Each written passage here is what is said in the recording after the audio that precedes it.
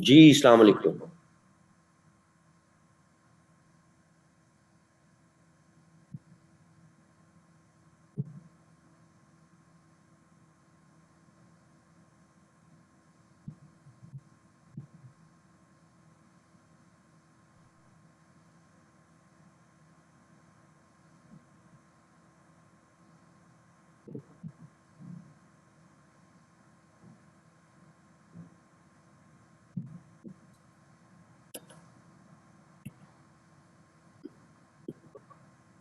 क्या हालात हैं जी आपके? ठीक हैं? खैर खैरियत से हैं?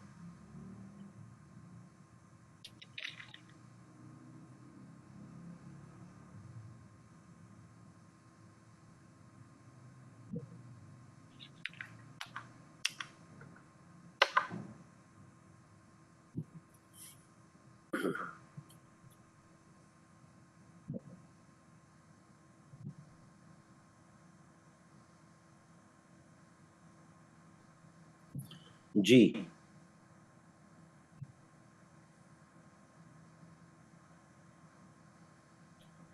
अच्छा जी, ये बात इस तरह है कि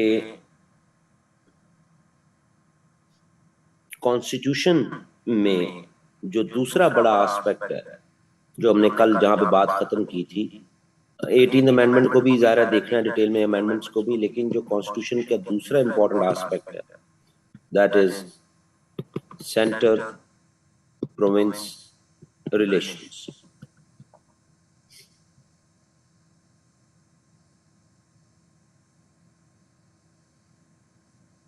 ये हमें पास्ट पेपर्स में कई दफ़ा मुख्तलिफ तरीकों से जो है वो सवाल आ चुका हुआ। ठीक, तो हमें इसको फिर उसी पैटर्न पे देखना है कि जो कॉन्स्टिट्यूशन की स्पेसिफिक प्रोविजंस क्या कहते हैं,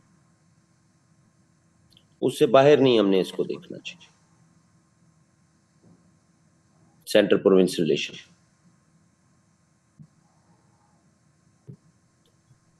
हम नॉर्मली जेनेरिक सा करके इसको बना देते हैं टॉपिक को, तो जेनेरिक नहीं बनाना चाहिए। तो स्पेसिफिक बात करनी है कि कॉन्स्टिट्यूशन क्या कहता है when it comes to centre province relations.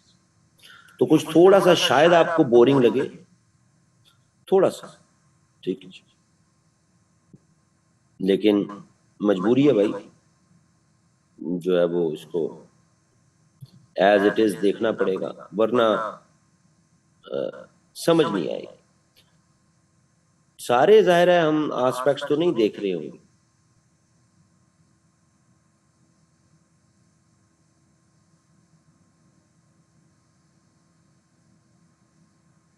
जिस तरह हमने बात की थी कि पार्ट 5 है हमारे कॉन्स्टिट्यूशन का, जो डील करता है, जिसका हेडर ही यही है, relations between federation and provinces.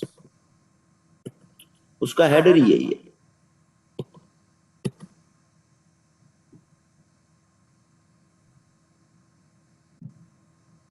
तो अब उसमें आइन के स्पेसिफिक आर्टिकल क्या कहते हैं, जिस तरह हमने कल वाला टॉपिक किया था, उसी में बात को लेके चलना चाहिए।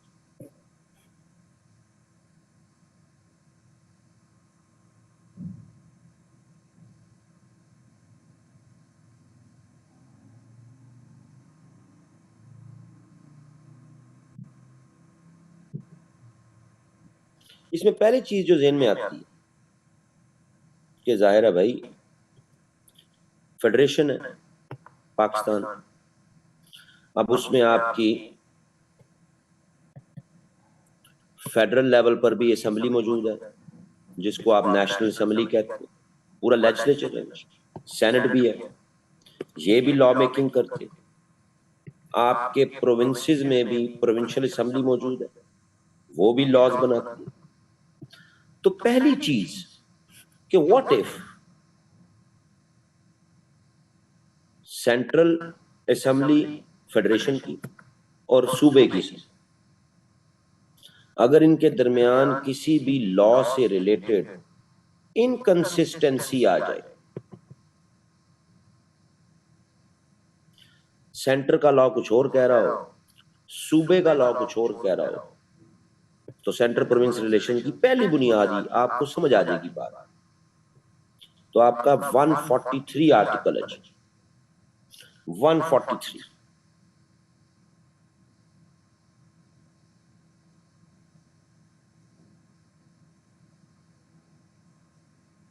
वो ये कहता है कि प्रोविंस का बनाया हुआ लॉ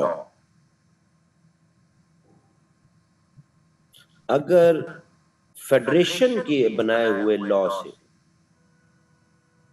चाहे ये पहले है चाहे बाद में, प्रोविंस का लॉ जो है वो सेट असाइड हो जाए, प्रिवेल फेडरेशन का लॉ करेगा जी। ये आइन का आर्टिकल 143 है, ये आपको सेंटर प्रोविंस रिलेशन की पहली बुनियाद बता दे कि भाई फेडरेशन जो है ना जी आपकी वो स्ट्रांग है।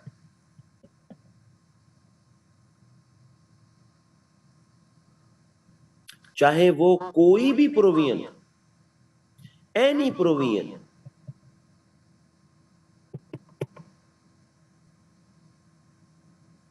इस्लामाबाद में बना हुआ लॉ प्रिवेल करेगा। 143 कोई इनकंसिस्टेंसी अगर हो जाती, जाहिरा इनकंसिस्टेंसी उन्हीं डोमेन्स में होगी जहां पर पावर शेयरिंग है। जो डोमेन्स ही अलग अलग है उनमें तो इनकंसिस्टेंसी नहीं होती। तो फेडरेशन प्रिवेल करेगी जी, ऐसा नहीं होगा कि सूबा अपनी मर्जी करता रहे, चाहे जितनी मर्जी प्रोविंशियल ऑटोनॉमी। जहां इनकंसिस्टेंसी आ गई वहां फेडरेशन प्रिवेल करेगी। ये पॉइंट आपको समझ आ जाए तो आप जेन में बिठा लें कि आपकी फेडरेशन स्ट्रांग है जी। ठीक है जी।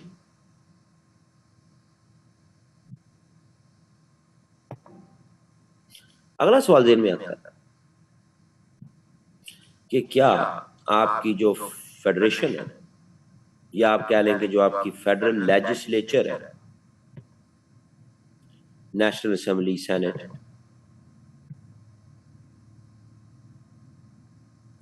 ये क्या किसी प्रोविंस से रिलेटेड कोई लॉ पास कर सकते हैं? लेट्स से आप कह दें जी कि पंजाब है तो इसको दो हिस्सों में तकसीम कर दो, एक पंजाब हो जाए दूसरा साउथ पंजाब हो जाए, तो जी ये पास कर ले बस असेंबली से, क्योंकि इनका ही 143 यही कहता है ना जी कि जी प्रिवेल करेगा फेडरेशन का, लेकिन इनकंसिस्टेंसी में प्रिवेल करेगा। किसी सूबे को आपने डिवाइड करना है या वो सूबा उससे मुतासिर होता है अगर उस लॉ से, तो पहले प्रोविंस से कंसेंट लेनी पड़ेगी। जैसे इसकी एग्जांपल है कि जो फाटा मर्जर है,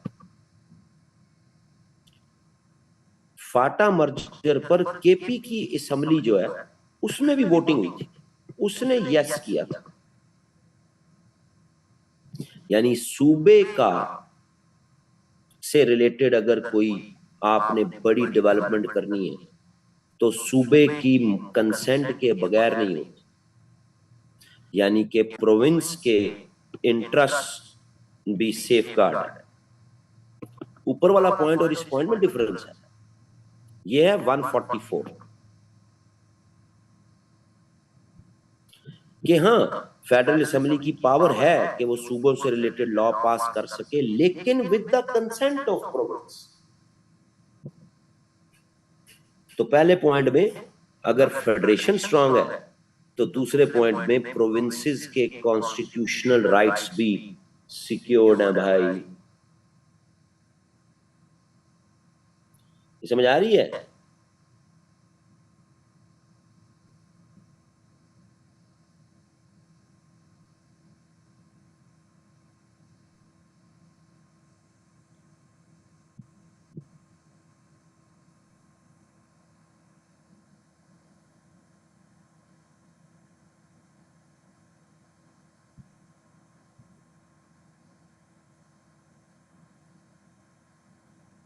बिल्कुल आसान सी बात। आर्टिकल का हवाला दे के एनालाइज कर देंगे। आपके अपने कॉन्स्टिट्यूशन के मुताबिक देखना ना जी कि सेंटर प्रोविंस रिलेशन क्या है।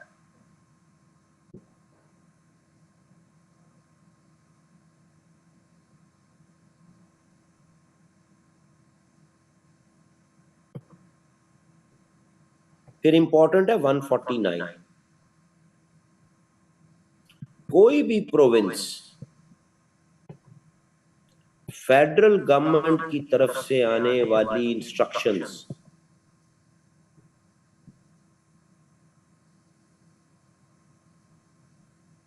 उनको सेट असाइड नहीं कर सकता। फेडरल गवर्नमेंट की तरफ से आने वाली कोई भी एग्जीक्यूटिव ऑर्डर प्रोविंस को हर हाल में पूरा करना है। यानी फेडरल गवर्नमेंट प्रोविंसेस को डायरेक्शंस दे सकती है। ठीक है जी,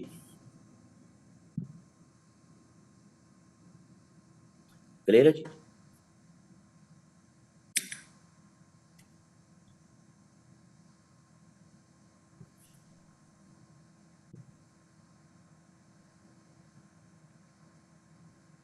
और वो डायरेक्शंस प्रोविंस को पूरा करनी पड़ेंगी। कोई सूबा ये नहीं कह सकता कि हम नहीं मानते आपकी डायरेक्शंस।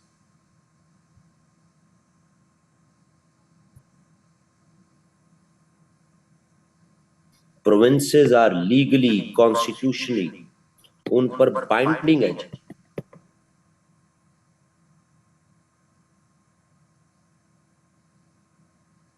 ये हम अपने सियासी मकसद के लिए, क्योंकि पाकिस्तान में मल्टी पार्टी सिस्टम है और उस मल्टी पार्टी सिस्टम में आपको चारों सूबों में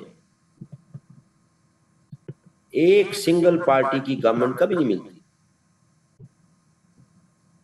और आजकल के जिस तरह के हालात हैं उसमें एक आधे सूबे की लीडरशिप कहती थी वफाक कौन होता है हमें इंस्ट्रक्शंस देने वाला। हमने ये सारी सियासी बातें होती है। रियलिटी में मान रहे होते हैं, माननी पड़ती है। अंडर 149 कॉन्स्टिट्यूशनली लीगली बाइंडिंग है।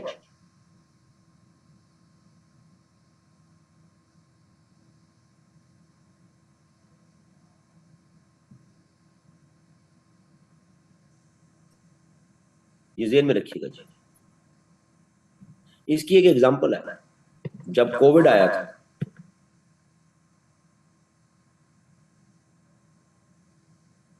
लॉकडाउन लगाएं लॉकडाउन लगाएं लॉकडाउन लगाएं, तो सिंध इस पर सियासी तौर पर तो ऑब्जेक्शन करता रहा। लेकिन जब एनसीओसी ने कहा जी लॉकडाउन कल इतने बजे से शुरू हो जाएगा, सिंध को लगाना पड़ा, डायरेक्शन आएंगे जी। हर मामले पे फेडरेशन डायरेक्शन नहीं देगी, लेकिन जो मामला नेशनल लेवल का हो जिसपे उसने डायरेक्शन देनी है तो वो भाई पूरी करनी पड़ेगी। जैसे एक एग्जांपल सुन, फेडरल गवर्नमेंट कहती है किसी प्रोविंस को कि जी हमें ये रोड बनानी है जो ऑल द वे गवादर तक जानी है, तो इसके लिए लैंड परचेज करें, तो प्रोविंस को करना पड़ेगा।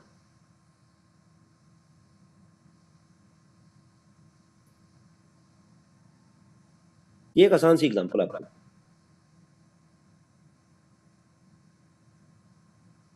ये बात समझ आई है?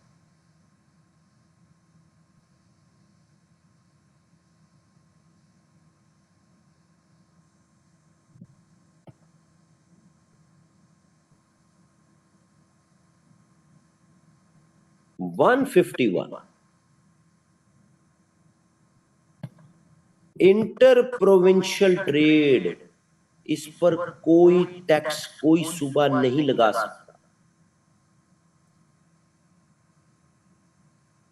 एक सूबे से दूसरे सूबे में फ्री कोर्स है जी।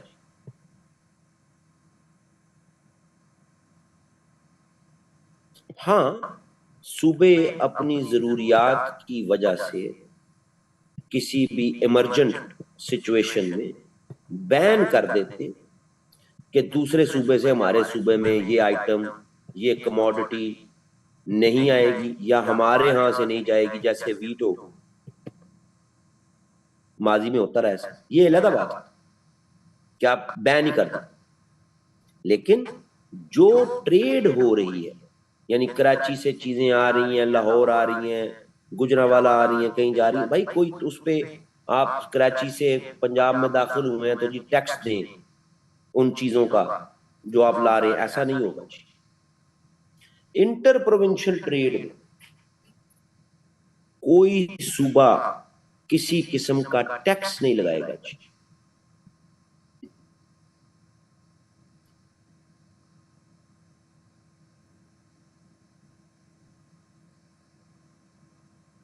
ये 151 कहता है जी।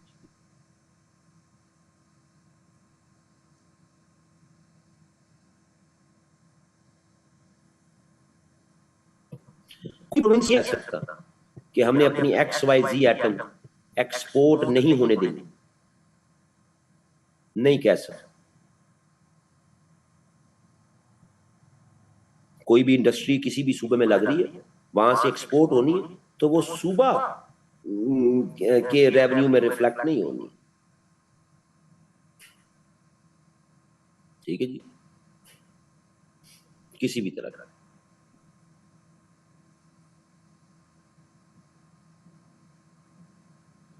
सो कोई टैक्स नहीं होगा जी, ना कोई आप रोक सकते। ये फेडरेशन का प्रीव्यू है सारा, फेडरेशन की डोमेन है।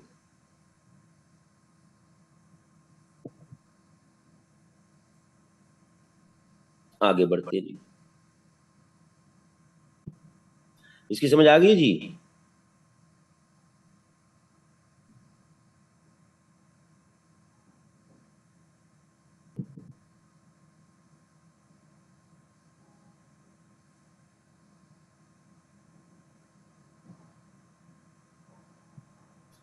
वन 152 बड़ा इंपॉर्टेंट,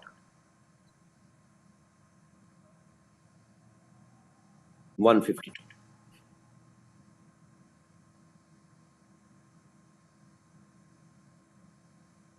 152 क्या कहता है, इसकी एक बड़ी मजेदार स्टोरी है। इन 2019-2020 federal government tried to acquire islands जो के सिंध के सूबे के एडमिनिस्ट्रेटिव कंट्रोल में थे। आइलैंड्स, उन्होंने कहा जी हमने एक्वायर करना। सिंध रिफ्यूज्ड कि हम नहीं देंगे। लेकिन अगेन ये सियासी थी, लोगों को दिखाने के।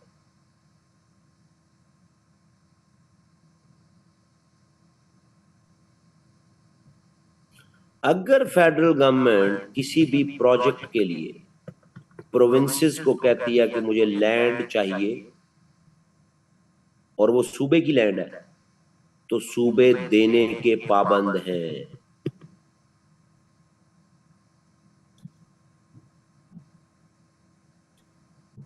सूबा ये नहीं कह सकता। ये सियासी बयान है, टीवी पे बता दिया, मीडिया पे बता दिया, लेकिन पाबंद देने के लिए। वो तो रहता बात है कि फेडरल गवर्नमेंट को फिर अक्ल आ गई कि इन आइलैंड्स का तो जनाब लेके हम क्या करेंगे। फेडरल गवर्नमेंट बगैर पैसों के लेना चाहती थी, पैसे तो देने पड़ेंगे ना।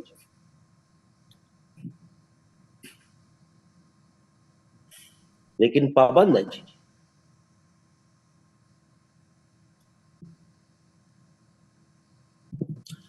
अगर सूबों के दरमियान कोई भी इश्यूज है या फेडरेशन और प्रोविंसेस के दरमियान कोई इश्यूज है, तो अखबारों में तो नहीं बताने ना, अखबारों में, मीडिया पे जो आप बता रहे होते हैं, ये और चीज है। लेकिन इसके लिए एक प्रॉपर फोरम है जो आर्टिकल 153 के तहत बना हुआ, जिसको कहते हैं council of common interest, council of common interest. Prime minister इसको लीड करेगा, चारों सूबों के चीफ मिनिस्टर होंगे और कोई से 3 मिनिस्टर, फेडरल मिनिस्टर, वो होंगे। ठीक है जी।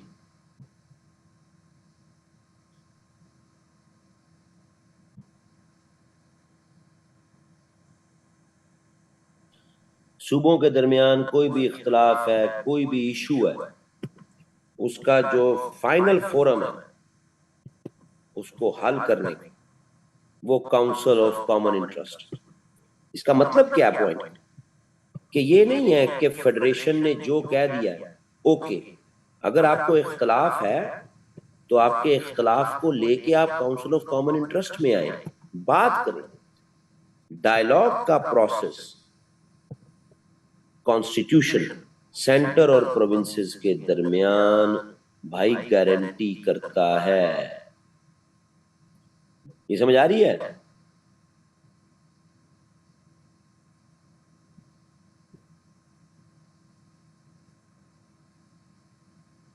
लेकिन अगर काउंसिल ऑफ कॉमन इंटरेस्ट के किसी डिसीजन पर फेडरेशन या किसी प्रोविंस को इतराज है, तो वो उस मैटर को ज्वाइंट सेशन में ले जा सकता है जी, यानी सेनेट और नेशनल असेंबली का ज्वाइंट सेशन, इसमें फैसला करा लेते हैं अगर यहाँ पे कोई इतराज। मतलब ऑप्शन भी दी हुई है, कोई अथॉरिटेरियन मोड नहीं चल रहा। सूबे ऐसा नहीं है कि बस जी जो फेडरेशन कहेगी वही, जो फेडरेशन कहेगी वही।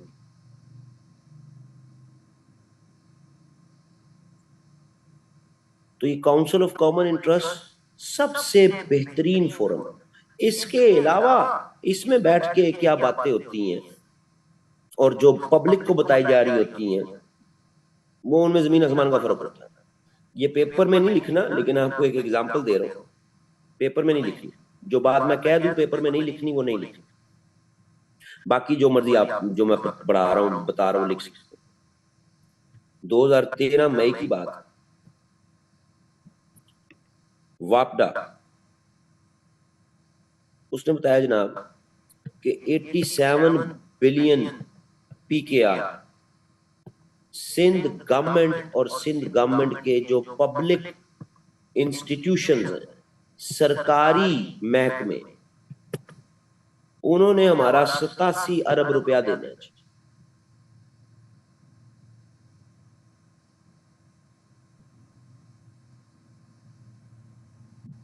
डिफॉल्टर है हमारे।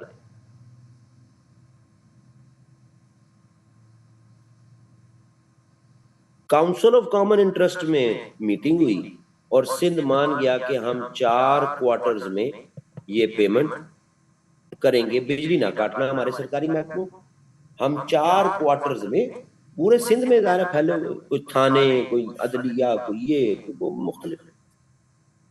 तो जी हम 4 क्वार्टर्स में पेमेंट कर देंगे। मान गया सिंध कि एनएफसी में जो हमारा हिस्सा है उसमें से आप 4 क्वार्टर्स में ये पैसे काट के बाकी हमें दे दें। मान गए। बाहर आके कायम अली शाह साहब ये मरी के पुरफजा मकाम पे चले गए 2-3 दिन की छुट्टियों। जब ये वापस कराची एयरपोर्ट पे उतरे तो साफियों ने पूछा, भाईजान आप एनएफसी में अपना हिस्सा कम कर रहे हैं? तो कायम अली शाह साहब ने फरमाया, जब तक मेरे जिस्म में खून का एक भी बूंद है, कोई माइका लाल सिंध का एनएफसी में हिस्सा कम नहीं कर सकता। आगे मान के आप आ गए कि जी हम 4 क्वार्टर्स में। तो ये सियासी बयानी होते। तो काउंसिल ऑफ कॉमन इंटरेस्ट ऐसे नहीं चलती है। ठीक है जी।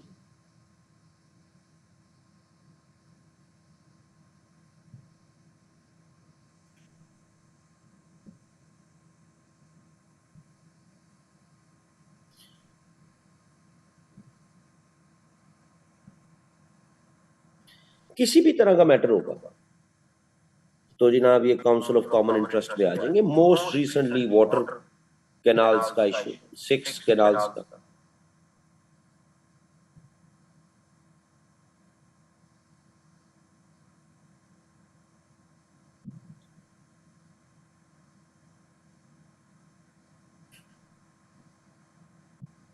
काउंसिल ऑफ कॉमन इंटरेस्ट पे इस पे बात हुई।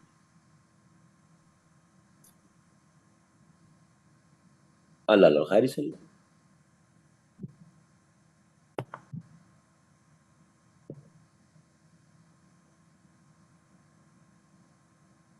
फिर इसी तरह 156 है जिसको कहते हैं नेशनल इकोनॉमिक काउंसिल।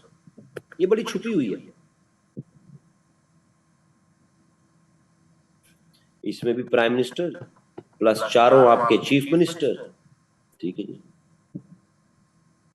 4 और मेंबर होते हैं जो कि पीएम नॉमिनेट करता है, किसी को भी कर सकता, अपने वजीर को, किसी भी और इंडिविजुअल को।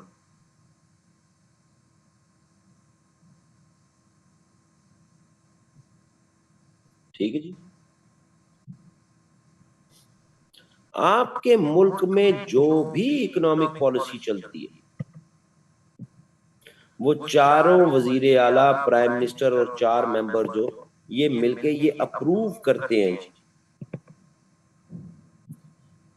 इस क्वार्टर में इन्फ्लेशन इतनी रखनी है, इंटरेस्ट रेट इतना रखना है, ब्ला ब्ला, ये सब एक पेज पे होते हैं यहाँ। हाँ, अखबारों में, मीडिया में जो मर्जी कहते हैं।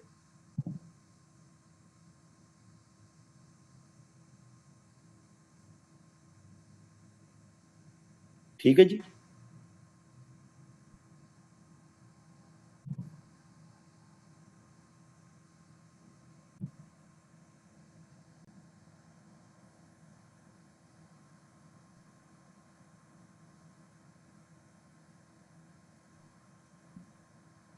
अब सूबों के दरमियान अक्सर हम एक बात सुनते हैं कि जी ये बिजली हमारी है, हम बनाते हैं, तो पहला हक हमारा है। ये अक्सर आप सुनते हैं।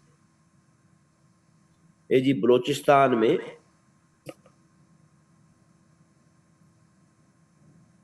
डेरा मुराद जमाली के पास बहुत बड़ा पावर प्लांट, वो जी इसकी सारी बिजली जनाब पंजाब को सप्लाई हो जाती है।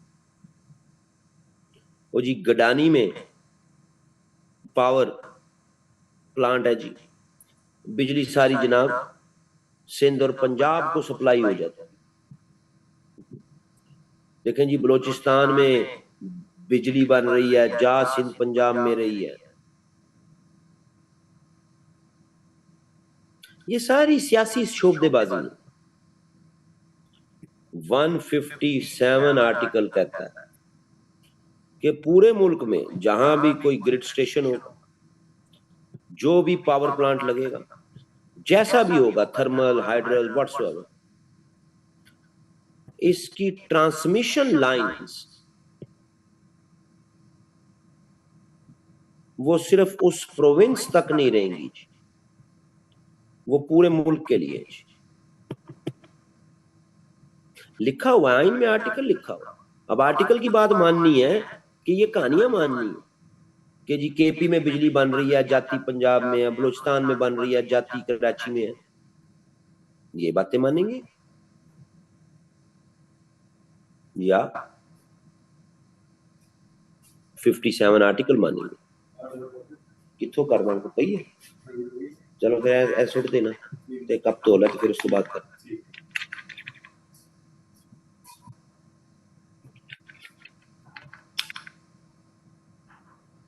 ये अच्छी तरह दिमागों में डाल लेंगे।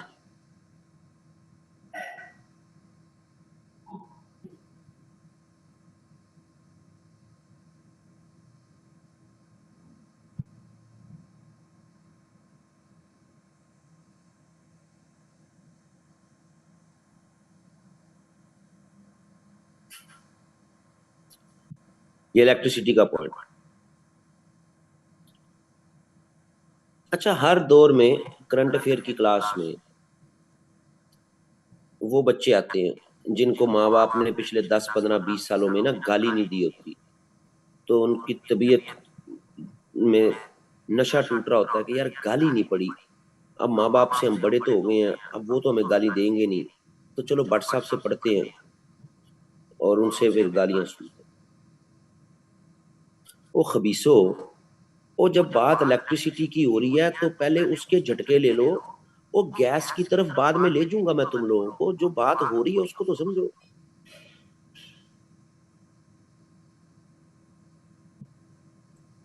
तुम लोगों की तो पता नहीं शादियां होनी है ना, तो तुम लोगों ने अगर कोई लड़की है तो उसके हस्बैंड ने कहना है हमारा पहला बेटा होगा, हम उसका नाम ए रखेंगे, तो उसको भी कहना कि अच्छा ए नहीं, अच्छा फिर दूसरे का क्या नाम रखेंगे, फिर तीसरे का क्या नाम रखेंगे, फिर चौथे का क्या नाम रखेंगे, मैं जो वहां भी पूछ लिया करो इस तरह।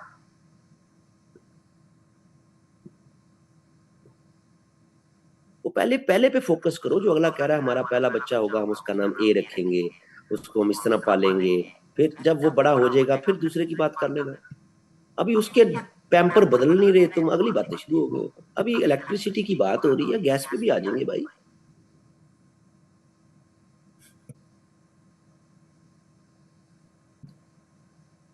सीएसएस का स्टूडेंट कहता है कि मुझे एक ही झटके में ना पूरा इल्म मेरे अंदर मुंतकिल कर दो बस, आगे मैं समझ, मेरा काम है बस एक ही झटका लगे बस और हर चीज मेरे अंदर मुंतकिल हो जाए।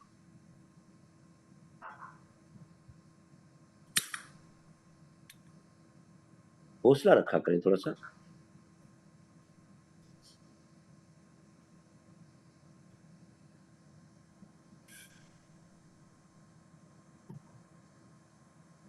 बट 157 में यह है कि अगर कोई प्रोविंस अपने लोकल एक्सपेंडिचर पर अगर कोई पावर प्लांट बनाना चाहता है ना जी, तो अब वो तो ये तो आगे उसकी फर्दर डिटेल में, लेकिन आर्टिकल की साथ मिला के जो अगले रूल्स ऑफ बिजनेस है उसके मुताबिक बता रहा हूँ, 50 मेगावाट तक की इलेक्ट्रिसिटी का प्रोजेक्ट सुबह अपने लिए लगा सकता है, जिसकी बिजली उसको किसी दूसरे प्रोविंस को, फेडरेशन को देने की जरूरत नहीं है। 50 मेगावाट से कम का प्रोजेक्ट सुबह खुद लगा सकती है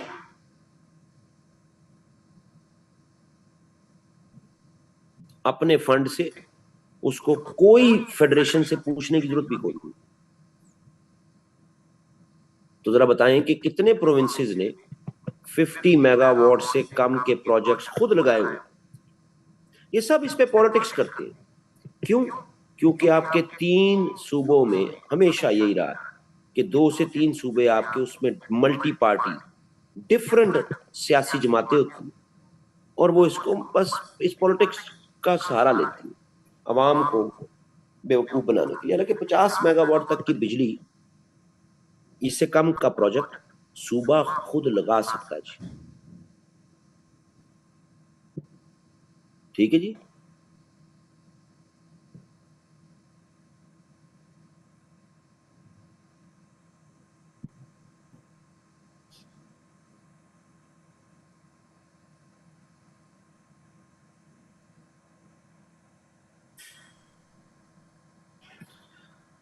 अब आ जाते हैं फिर गैस पे।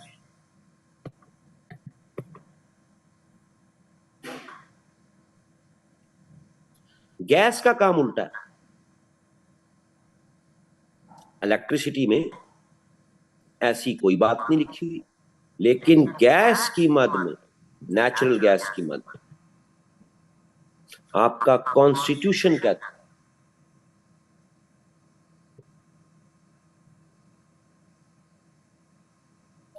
कि जिस सूबे से गैस निकल रही उसको प्रेसिडेंस मिलेगी जी।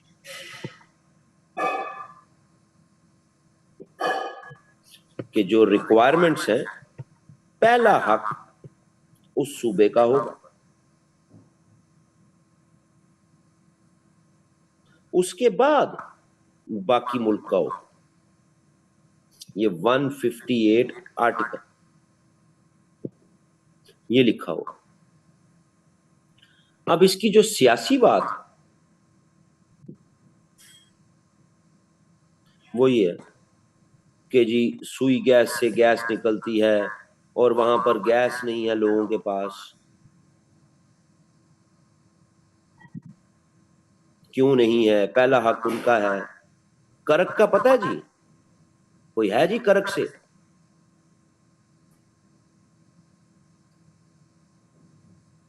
करक से गैस निकलती है जी, तो हमारी गैस है जी, हमारा पहला हक है। तो जी बिल्कुल हक है, पर मुफ्त नहीं है। आर्टिकल में ये कहीं नहीं लिखा कि मुफ्त है। पहला हक आपका है आपकी रिक्वायरमेंट्स पूरा करने के लिए, तो बिस्मिल्लाह अपनी रिक्वायरमेंट्स पूरी करो, लेकिन उसके पैसे देने पड़ेंगे भाई।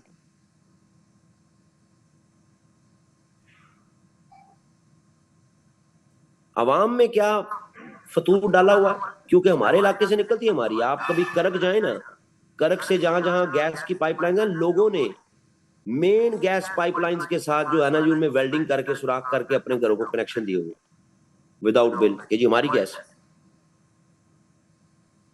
ऐसा नहीं है, बिल दो। आपकी 24/7 जरूरत आपका हक है, पहला पूरी की जाएगी, लेकिन मुफ्त तो नहीं ना दी जाएगी भाई। लेकिन यहां पर उल्टी गंगा बहती, तो अगर ये हमारा हक है, इसका मतलब है कि मुफ्त है जी। ठीक है जी, जो उसको खर्च करेंगे अवाम, इलाके के लोग, वो जनाब उसका बिल तो देना जी। ठीक है जी।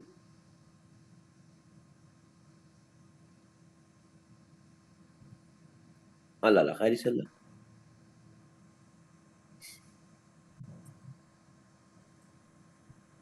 तो ये जो भी आपके ज़हनों में मिथ है कि जनाब जिसको जहां से गैस निकल रही है जी उसका उसको बस फ्री है जी उसके लिए, ऐसा कुछ नहीं है जी। प्रेसिडेंस दी जाएगी ताकि वो अपनी रिक्वायरमेंट्स को पूरा कर ले, प्रेसिडेंस ओवर अदर्स। लेकिन ऐसा नहीं है कि आप ये कहें कि जी क्योंकि हमारे इलाके से निकलती है तो हमने तो पैसे भी नहीं देने। इस वजह से कि क्योंकि आपने पैसे नहीं देने, एडमेंट हो जाते हैं। पॉलिटिकल लीडरशिप इसको मिसयूज करती है अपने वोट बैंक के चक्कर में।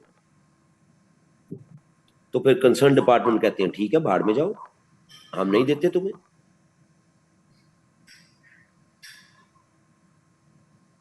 लोग जिस तरह करक में 2 नंबरियां हो रही हैं उस तरह करते रहते हैं। यार पहली दफे पी है नहीं, पहले कभी पीती है नहीं है? यार कप नु जरा धो के तू गिला ही गिला हर्षा दे देना यार, जरा थोड़ा जा साफ ते कर लिया करें उसी गिला कप।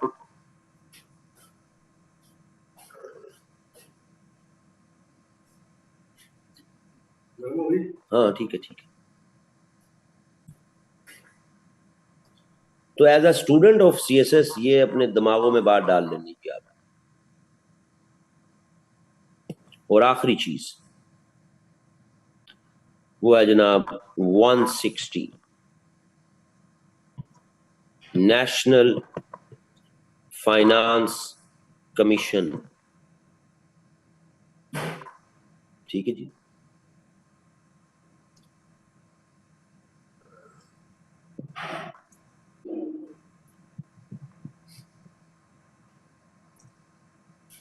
ये दुखती रग पे हाथ आता है जब बलूचिस्तान के स्टूडेंट्स की ईगो हर्ट होती है, या पख्तून खा के स्टूडेंट्स की, या सिंध के, तो वो फिर इस तरह की ही चवले मारते हैं कमेंट्स में। तो मुझे याद आ गया अपना स्टूडेंट, एक सूबे का नहीं बताऊंगा मैं, तो 2013-14 की बात है। मैं उस वक्त एक बड़ी एकेडमी में साथ साथ वहां पे भी क्लासेस लेता था। तो सीपैक पे बड़ी बात हो रही थी, बड़ी बात हो रही थी। स्टूडेंट ने कहा जी कि हमारे सूबे में, पूरे सूबे में मोटरवे कोई नहीं है जी इस प्रोजेक्ट में, छोटी छोटी सड़कें। तो मैंने जवाब दिया कि भाई ये भी चाइनीज इन्वेस्ट कर रहे हैं, उन्होंने अपने तरीके से और अपने हिसाब से जो उनके इंटरेस्ट में एरियाज हैं उन्हीं में मोटरवे बनानी है। आपके इलाके में आबादी कम है, वहां से अगर जो है वो उनको लगता है कि भाई मोटरवे हम नहीं गुजारनी यहाँ से, हमने due to security reason, due to मतलब कि यहाँ पे कंजेशन इतना ज्यादा नहीं है, तो वो नहीं बना रहे। पैसा चाइनीज लगा रहे हैं, प्रोजेक्ट उन्होंने अपने अकॉर्डिंगली बनाने हैं। तो उस भाई ने फरमाया कि पाकिस्तान हमें इजाजत दे, हम खुद बात करेंगे चाइना से कि वो हमारे इलाके में मोटरवे बनाए। मैं जी ठीक है, मैं तू कर ले जाके बात।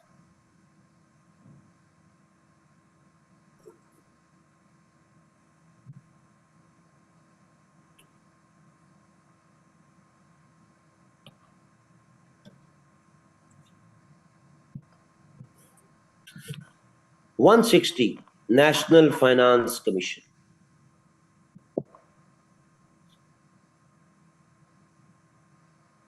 एनुअल डिस्ट्रीब्यूशन रिसोर्सेज का, फाइनेंसेस का सूबों के दरमियान जो तय पाता है वो इस आर्टिकल के तहत तय पाता है।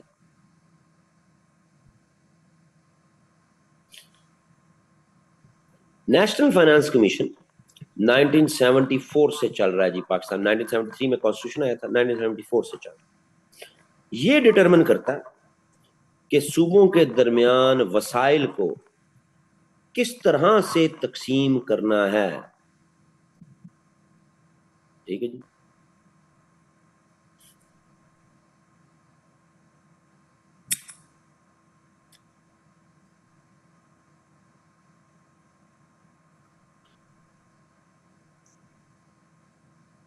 नाइनटीन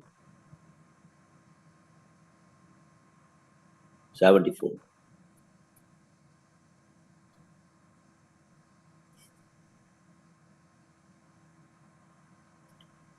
36 में से 30 में लाइंस तक नहीं है गैस की बलूचिस्तान में। प्रेसिडेंट्स जो है वो कहाँ गया। तो यार क्यों झूठ बोलते हो यार। जिन बच्चों ने कभी बलूचिस्तान नक्शे में नहीं देखा होता, उनको बलूचिस्तान के जिलों का नहीं पता होता, तो तुम जैसे लोग जब ये इस तरह का कमेंट कर देते हैं तो बाकी दुनिया समझती है कि हाँ सच्ची बात।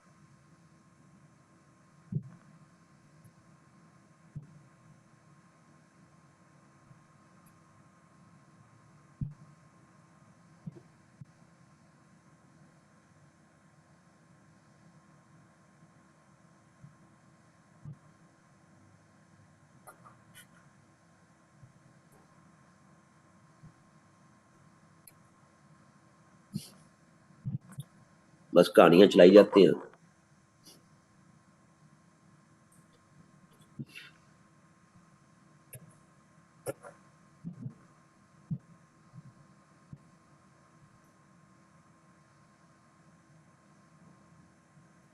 लो जी, 1974 में पहली तरह, 1974 में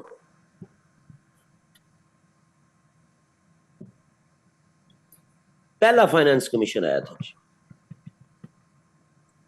नेशनल फाइनेंस कमीशन पहला।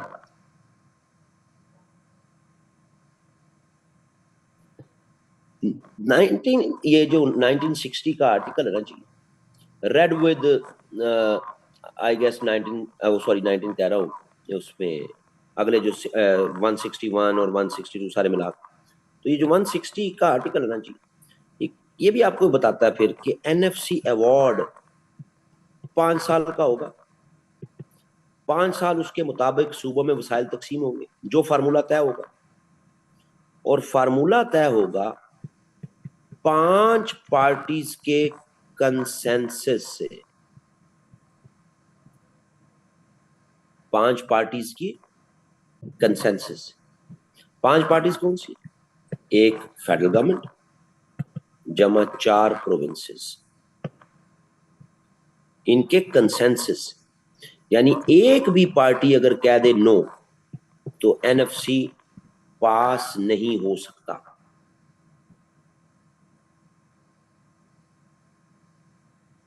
ये तो बड़ी अच्छी बात है। अगर कोई सूबा कहता है भाई मेरे वसाइल में इजाफा करो, तो अच्छी बात है, ये तो जबरदस्त। यानी जब 1974 में फर्स्ट एनएफसी पास हुआ था तो पांचों पार्टियों ने यस कहा होगा। 1979 में सेकंड एनएफसी नहीं पास हुआ, कुछ ने बीच में कहा था नहीं। 1984 में थर्ड एनएफसी नहीं पास हुआ। 1991 फोर्थ एनएफसी पास हो गया। पास हुआ मतलब पांचों फरीकों ने यस कहा।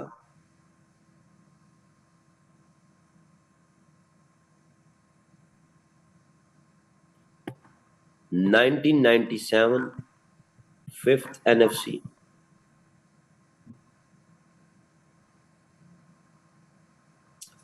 पास हुआ। 2000 सिक्स्थ एनएफसी नहीं पास हुआ। 2010 सेवंथ एनएफसी पास हुआ। ये अभी तक के आपके टोटल एनएफसी।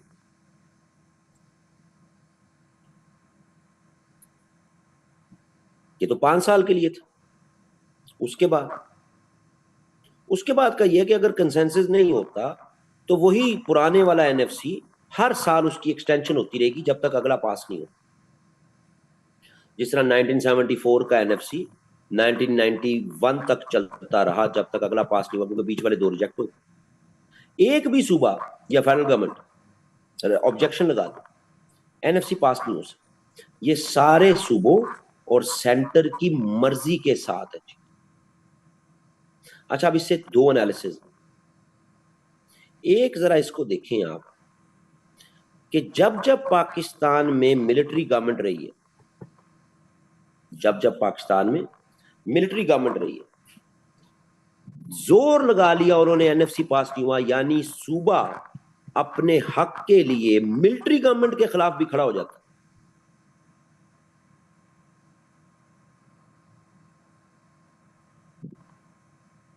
सूबा अपने हक के लिए मिलिट्री गवर्नमेंट, जियाउल हक की गवर्नमेंट, मुशर्रफ की गवर्नमेंट, खड़ा हो जाता। सूबा नहीं मानना चाहिए तो नहीं पास होता। और जब जब पास हुआ पाकिस्तान में सिविलियन गवर्नमेंट्स थी जी, सियासतदान,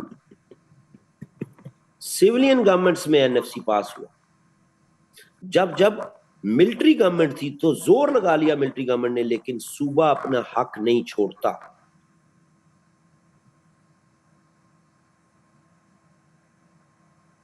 सियासतदानों ने पास किया 1974 में, 1991 में, 1997 में, 2010।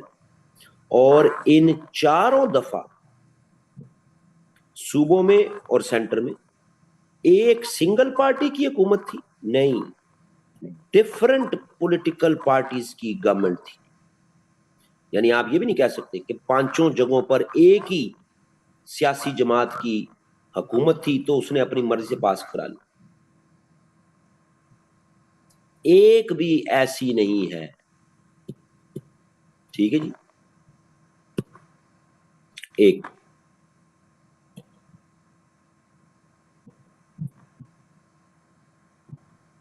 तो जब जब पास हुआ, अब आपके पास वसाइल है, इनको आपने डिवीजन करनी है। इनका जो डिवाइजेबल पूल है, किस क्राइटेरिया पर डिवाइड करनी है। मसलन मेरे पास 1 करोड़ रुपया मैंने अपने स्टूडेंट्स में बांटना है, तो मैं कोई डिवाइजेबल पूल क्रिएट करूंगा ना।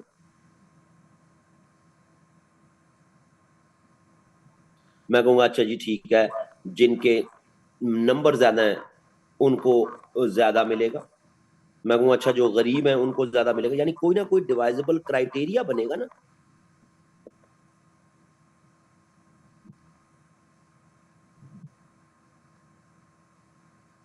अच्छा भाई, मोटी सी गाली है जो आपको जिंदगी में सबसे ज्यादा चुभती होगी कि अगर आप किसी ने कमेंट में कुछ लिखा तो समझ लें वो ऐसी गाली जो आपको पढ़े तो आपका मुंह लाल हो जाए, वो गाली मेरी तरफ से है कि जो आप अब कमेंट में आए, बाकियों को पढ़ने दें।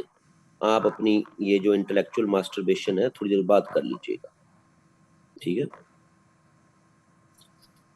तो आपको वसाइल को तकसीम करना है तो कोई क्राइटेरिया तो चाहिए। जी गुर्बत की बुनियाद पे देंगे या किस बुनियाद पे देंगे?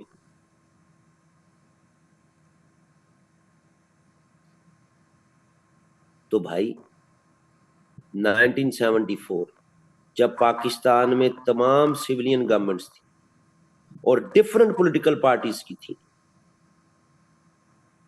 ऑल एग्रीड के पॉपुलेशन की बेस पे देंगे। 1991 ऑल एग्रीड पॉपुलेशन की बेस पे देंगे। 1997 ऑल एग्रीड आबादी की बुनियाद पे देंगे। 2010 में आके 82% शेयर फिर भी सारे माने कि आबादी की बुनियाद पे देंगे और 18% छोटे छोटे 2-3 क्राइटेरिया एरिया की बुनियाद पे देंगे 3% के करीब, पॉवर्टी की बुनियाद पे देंगे कोई 9 to 10% के करीब, टैक्स कलेक्शन जो ज्यादा करेगा सूबा उसकी बुनियाद पे देंगे को 5% के करीब, 5 पॉइंट समथिंग, मैं राउंड फिगर कर रहा हूं, तो ये मिला के 18%। लेकिन फिर भी 82% आबादी की बुनियाद पे देंगे। आबादी किसकी ज्यादा? पंजाब की। और पॉलिटिक्स भी किस चीज पे होती है? पंजाब वसाइल खा गया ज्यादा, पंजाब वसाइल खा गया। ओ भाई तुम लोग सियासतदान हो, अपने हक के लिए मिलिट्री गवर्नमेंट के प्रेशर में भी सूबे ने अपने हक नहीं छोड़े। लेकिन जब सियासतदानों की हुकूमत थी तभी एनएफसी पास हुए, और उन्हीं एनएफसीज में जिनमें मुख्तलिफ पॉलिटिकल पार्टीज थी, क्या उनके सरों पर बंदूक रख के पास करवाया गया कि सब ने पॉपुलेशन के क्राइटेरिया पे पास कर दिया?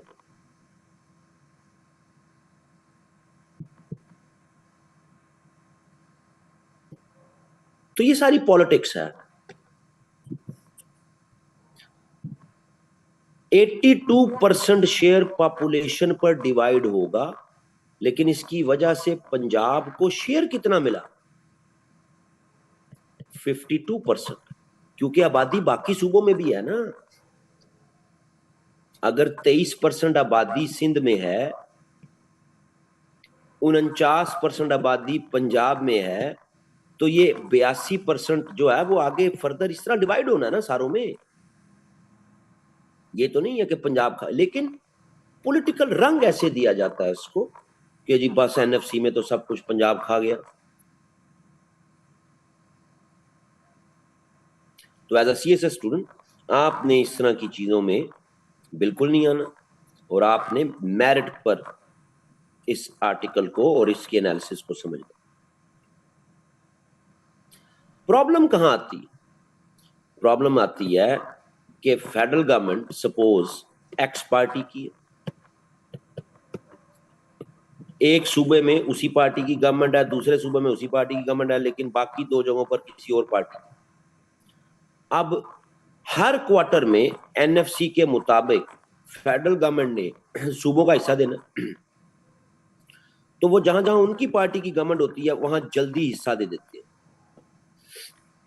जहां उनकी पार्टी की हुकूमतें नहीं होती वहां डिले करते हैं। देना पड़ता है लेकिन डिले करते हैं। सियासी जमातें, सियासतदान पॉलिटिक्स करते हैं जिसकी बुनियाद पर हेट्रेड बनते हैं कि जी हमसे जबरदस्ती करवा लिया गया। भाई जबरदस्ती तुमसे करवा लिया गया तो जब मिलिट्री गवर्नमेंट थी वो भी तो करवा सकती थी। जब मिलिट्री गवर्नमेंट्स नहीं करवा पाई। तो ये सियासतदानों के अपने वेस्टेड इंटरेस्ट है, जिसका हम आवाम जो है वो बस हमारे पे वो जादू चला देते हैं और हम समझते हैं कि एज इफ के जो वो कह रहे हैं ठीक है। आइन के आर्टिकल को नहीं देखते, प्रोसीडिंग्स नहीं देखते एनएफसी की, फार्मूलाज नहीं देखते एनएफसी के। लेकिन अब एक सवाल है कि जी ठीक है, सिविलियन लीडरशिप ने कर दिया, लास्ट 2010 में आया था, तो अगला 2015 में आ जाना चाहिए था। चलो नहीं आया था, उसके बाद आ जाता। आज 1.5 डेकेड गुजर गया, अगला एनएफसी नहीं आ रहा। 2010 से लेके अब तक पाकिस्तान में सिविलियन गवर्नमेंट्स ही हैं, चाहे कमजोर हैं जैसी भी हैं, सिविलियन गवर्नमेंट्स।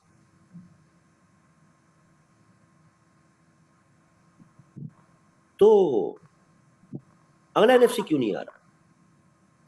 उसमें एक प्रॉब्लम है।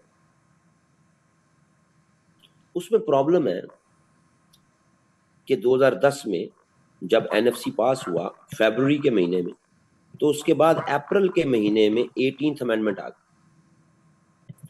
18th अमेंडमेंट में इसमें यह लिखा गया, इसी 160 में, कि जो नेक्स्ट एनएफसी होगा उसमें प्रोविंसेस को शेयर ज्यादा दिया जाएगा प्रीवियस एनएफसी के मुकाबले में। यानी कि फेडरल गवर्नमेंट का शेयर कम होता जाएगा, प्रोविंसेस का शेयर ज्यादा होता जाएगा।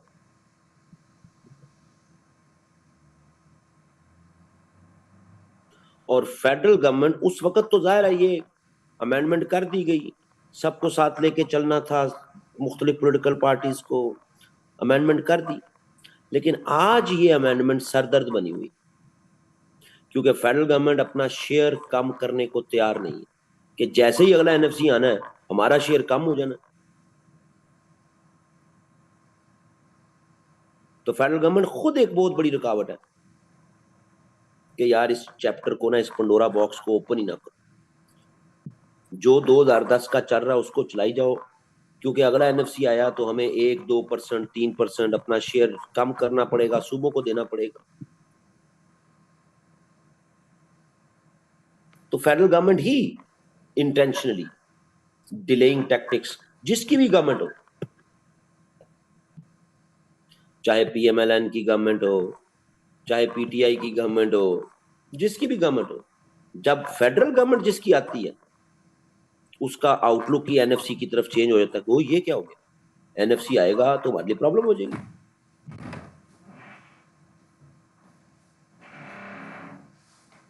और तो और पाकिस्तान पीपल्स पार्टी जिसकी 2010 में गवर्नमेंट थी, अब तो ये भी क्रिटिकल देखना शुरू हो गया कि ये हमारे से क्या होगा। इस पॉइंट के होते हुए अगला एनएफसी आ ही नहीं सकता, क्योंकि फेडरल गवर्नमेंट मामलात को फिर चलने ही नहीं देती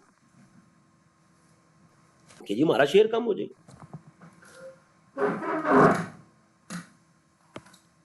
ये तो ज्यादती हो जाएगी हमारे साथ, हमारे खर्चे भी, हमारे लोन भी, हमारा डिफेंस भी, हमारा ये भी, कहां से करेंगे फिर? तो अब कोई पॉलिटिक्स नहीं है नेक्स्ट एनएफसी के लिए। अब ये टेक्निकल प्रॉब्लम, जब तक ये प्रोविजन 160 में मौजूद है, अगला एनएफसी इस मुल्क में नहीं आ सकता। बड़ी स्वीपिंग स्टेटमेंट है, लेकिन जो मरूजी हालात नजर आ रहे हैं, नहीं आ सकता। अच्छा, अब इसमें एक और सवाल है कि आपके जो सूबे हैं, जाहिर है हर सूबे का कोई क्लेम्स है कि एनएफसी की बंदर बांट कैसे की जाए। पंजाब का क्लेम हमेशा यही होता है पॉपुलेशन, केपी का क्लेम हमेशा होता है रिलेटिव बैकवर्डनेस, गुर्बत। बलूचिस्तान का क्लेम हमेशा यही होता है एरिया, जिसका एरिया ज्यादा उसको वसाइल ज्यादा दो। और सिंध का क्लेम होता है रेवेन्यू कलेक्शन, जो सूबा सबसे ज्यादा रेवेन्यू जनरेट करके देता है पाकिस्तान को। वो ऑफ कोर्स कराची सिंध यहां से आता है सबसे ज्यादा। तो हर सूबे के क्लेम डिफरेंट, ये इन क्लेम्स पे लड़ते हैं आपस में, डिस्कशंस करते हैं। आखिरी एनएफसी में ठीक है, ये 82% शेयर आबादी के लिहाज से तकसीम करेंगे, यानी 100 रुपया तो 82 रुपया आबादी के लिहाज से तकसीम होगा। कोई 9-10 रुपए जो है वो रिलेटिव बैकवर्डनेस पे, कोई 3% जो और 5% जो कलेक्शन। ये मतलब नहीं है कि 5% सारे का सारा सिंध को मिल जाएगा। 100 रुपया अगर टोटल है तो उसमें से 5 रुपए रेवेन्यू कलेक्शन पर तकसीम होंगे। तो कौन सा सूबा कितना रेवेन्यू जनरेट करके देता है उसके मुताबिक ये तकसीम होगा पैसा। तो ये ना समझे कि ये एनएफसी में ये शेयर 3% है सिर्फ बलूचिस्तान का, 5% है सिर्फ, ये क्लेम का है उनका।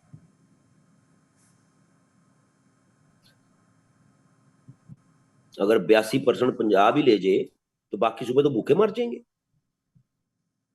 मुकम्मल तौर। पंजाब का शेयर जो है वो 52% से ज्यादा नहीं है भाई, ये याद रखें। यानी टोटल जो एनएफसी में रेवेन्यू जमा होता है उसका जो डिस्ट्रीब्यूशन होती है फेडरल शेयर को लगा कर, वो 52% है। तो ये 82% का जब फिगर आता है तो दिमाग में वो 82% आबादी के लिहाज से पंजाब ले गया, नहीं भाई, आबादी बाकी सूबों में भी तो है। यानी 100 रुपए में से 82 रुपए आबादी के लिहाज से तकसीम होंगे। जितनी पंजाब की आबादी है उसके हिसाब से उतने मिल जाएंगे। एरिया के लिहाज से जो है वो 3% लगभग, राउंड फिगर लिखी हुई मैंने।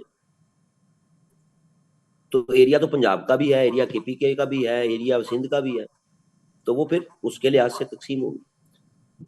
ये होते होते पंजाब का सिर्फ 52% शेयर है जी, बस।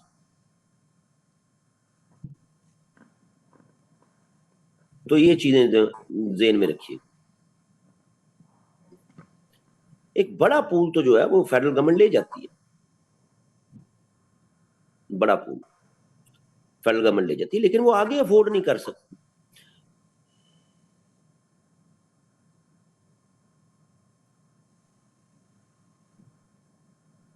इट्स अबाउट 46 समथिंग परसेंट जो है, राउंड फिगर कर लें 47, लेकिन 46 point something percent total share का वो फेडरेशन ले जाती है।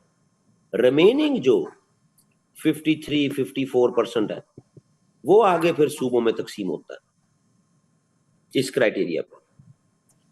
अब अगर आर्टिकल आइन का देखें तो वो कहता है जी अगली दफा इतना नहीं होगा, ये कम लेंगे, चाहे 1-2% ही कम हो, तो फेडरल गवर्नमेंट उस पर विलिंग नहीं है। तो जिसकी वजह से डिले का के इश्यूज है, और इस पर फिर पॉलिटिक्स होती है। आपने एज अ सीएसएस स्टूडेंट इसकी पॉलिटिक्स में नहीं पढ़ना, ये ध्यान में रखिएगा।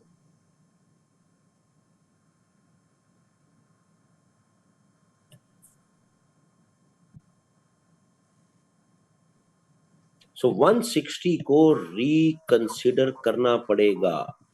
जब तक ये इसको रिकंसिडर नहीं किया जाएगा आपके मुल्क में अगला एनएफसी आ ही नहीं सकता, आ ही नहीं सकता। ये जेन में डालना।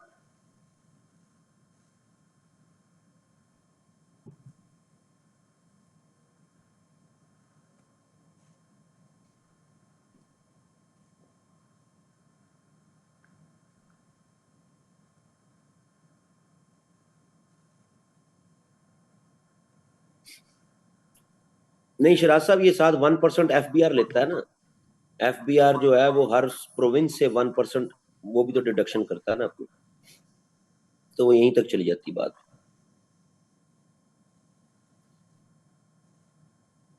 अब सेंटर प्रोविंस रिलेशन आर्टिकल्स क्या कहते हैं, और आप जो घिसी पटी सी चीजें पढ़ रहे होते हैं, मीडिया खबरें देख रहे होते हैं, सोशल मीडिया की कहानियां सुन रहे होते हैं, तो बराए मेहरबानी आर्टिकल क्या कहते हैं उसके मुताबिक आपने एनालिसिस बनाना।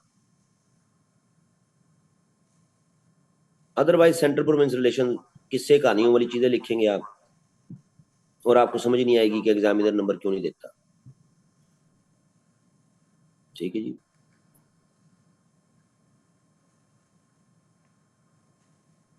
ये थी जी आज की बात, लंबा हो गया, चलो कोई बात नहीं, हमारे पास अगर दिन है अभी जरा, ये पहले 1-2 हफ्ते में तो हमने यही इन्हीं चीजों को देखा।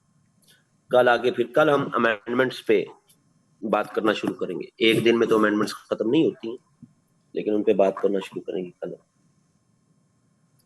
ये खालिसतन आपको कॉन्स्टिट्यूशन के आर्टिकल में से बात निकाल के, ठीक है जी।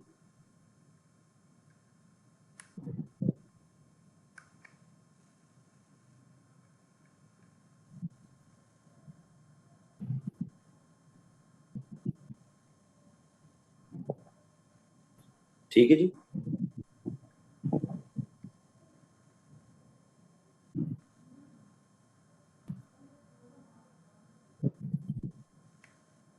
ओके जी, कल फिर मुलाकात होती है।